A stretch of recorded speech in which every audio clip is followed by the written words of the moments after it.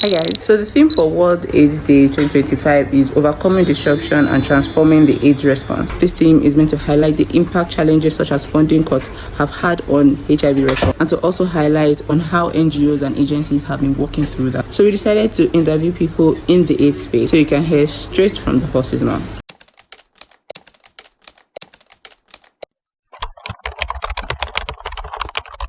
Good day everyone, my name is Karim Shamsin Adibola. Actually, we're so much ground, but to start with, I'm a youth advocate for the rights of people living with HIV as the National Deputy Coordinator for the Association of Positive Youth Living with HIV in Nigeria. Currently, I'm a Program Officer with the National Agency for the Control of It. Hello everyone, my name is Ibrahim Abdul Mumin Dambila. I am a pharmacist and a public health researcher. I currently work as an associate research scientist with Slow Man Rights Initiative.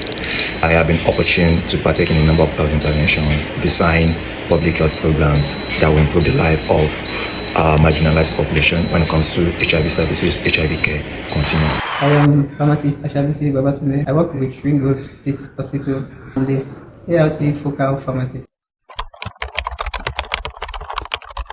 Simply means sustainability to me. It means it's time we sit down together as stakeholders, partners, and government to talk about what are the necessary things that we need to do, what can we do with the existing resources within the country health budget so that we can reduce the amount of ways we depend on foreign donors like Global Fund, etc., and make judicious use of the existing resources that are within us. The team could not have come at a better time. Right now, there's an urgent need to adapt and innovate in the face of these challenges, like funding cuts, high client mobility, and several others in the developmental space right now. This only reminds us that we need to encourage creative, community-centered, and practical solutions that can maintain the continuity of HIV care and prevention, even in difficult settings, especially in low-resource settings. Simply the barriers that are working against the HIV program and services. And we have some of the factors which include dependency on donor and transition challenge. Many countries are so dependent on the donor, whereby them integrating the program or sustaining the program by their own self is a bit difficult. There's also a challenge of inadequate domestic donor, whereby the government of each particular country are not 100% funding the program themselves. There's also the challenge of the donor cutting funds by 30 to 40% for the program, which actually affected the services of the HIV in some middle income states and low income countries, whereby the services have been disrupted in some areas. There are a lot of innovations that actually come up with HIV, one of which I will first of all talk about right now is the injectable ART.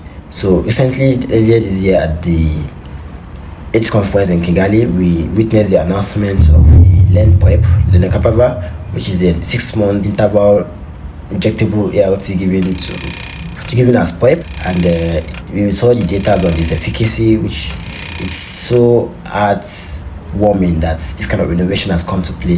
For someone like me that have been in the HIV treatment landscape for the past 25 years, wow, I would tell you categorically that this is a very great innovation.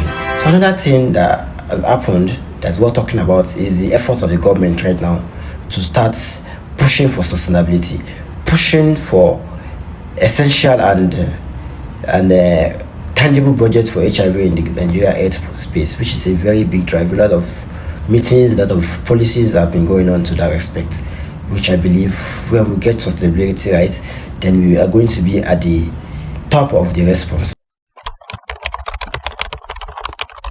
One of the disruption is limited manpower. Another disruption is stigmatization among individuals. Many of the patients or many people are scared of carrying out the test due to the effect of stigmatization that if am I positive, am I be negative? They are not sure. But in case if they are positive, the shyness and everything odds against them make them to shy away from running out the test.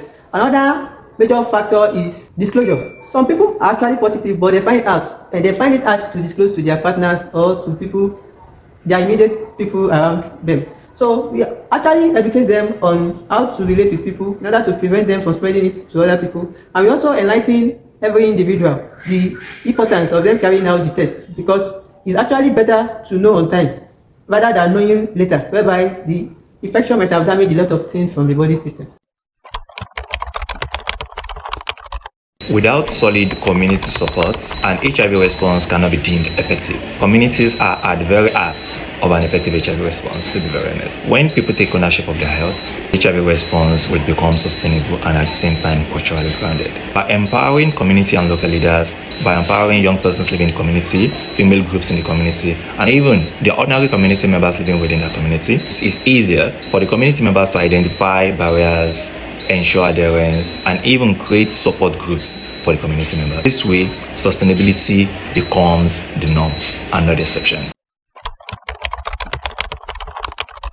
My work has greatly contributed to a lot of increase in awareness. To start with, as a program officer with NACA and also a person living with HIV, working with the agency responsible for the control of HIV, which their main task is coordinating the HIV response in the country.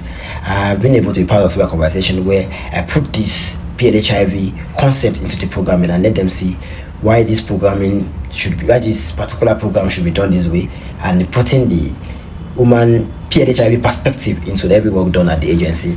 Also, as an advocate, I produced a documentary, a 10-minute documentary that speaks to stigma, the issues around disclosure that PLHIV encountered, and the day-to-day activity of PLHIV in 10 minutes. And I'm telling you that this documentary is already an internationally recognized documentary, as we've won 2 different international awards and nominated to be screened at several international conferences, international film festivals across the world. I have an opportunity to lead a number of awareness campaigns and initiatives to improve the understanding and knowledge of community members about HIV prevention, care, and treatments.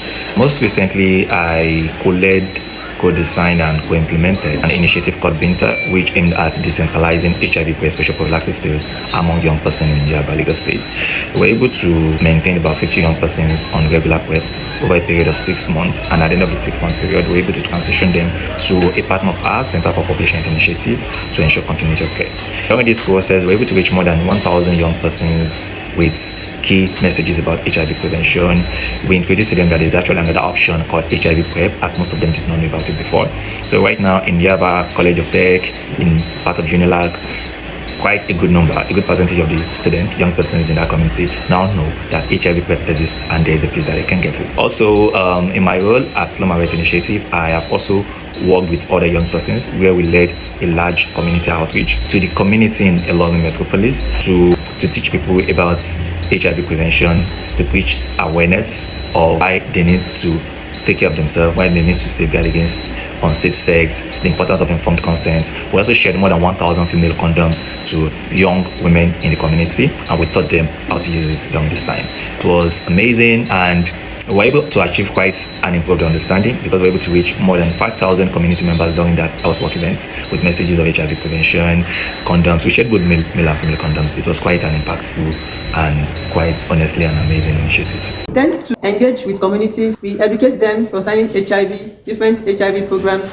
We educate them on how to make use of needles, sharp objects.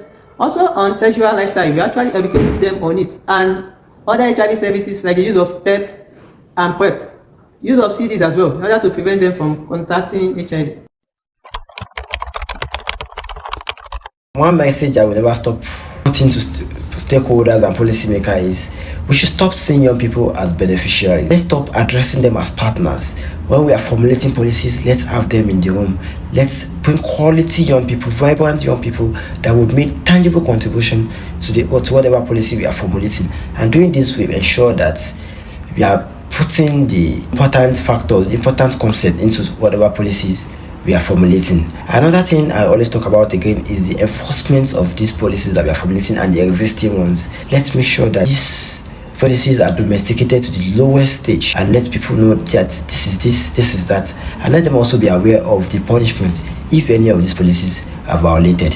What is this serves as a reminder that HIV remains a pressing issue. I want to urge policymakers and funders to prioritize investments in HIV care, prevention, treatment, and community-led programs. By supporting evidence-based initiatives, education, and access to care, we can empower communities, reduce new infection, and move closer to ending AIDS as a public health threat. I actually advise them to ensure that HIV programs and services are not disrupted, because it will actually help every one of us to be on the safer side. Thank you.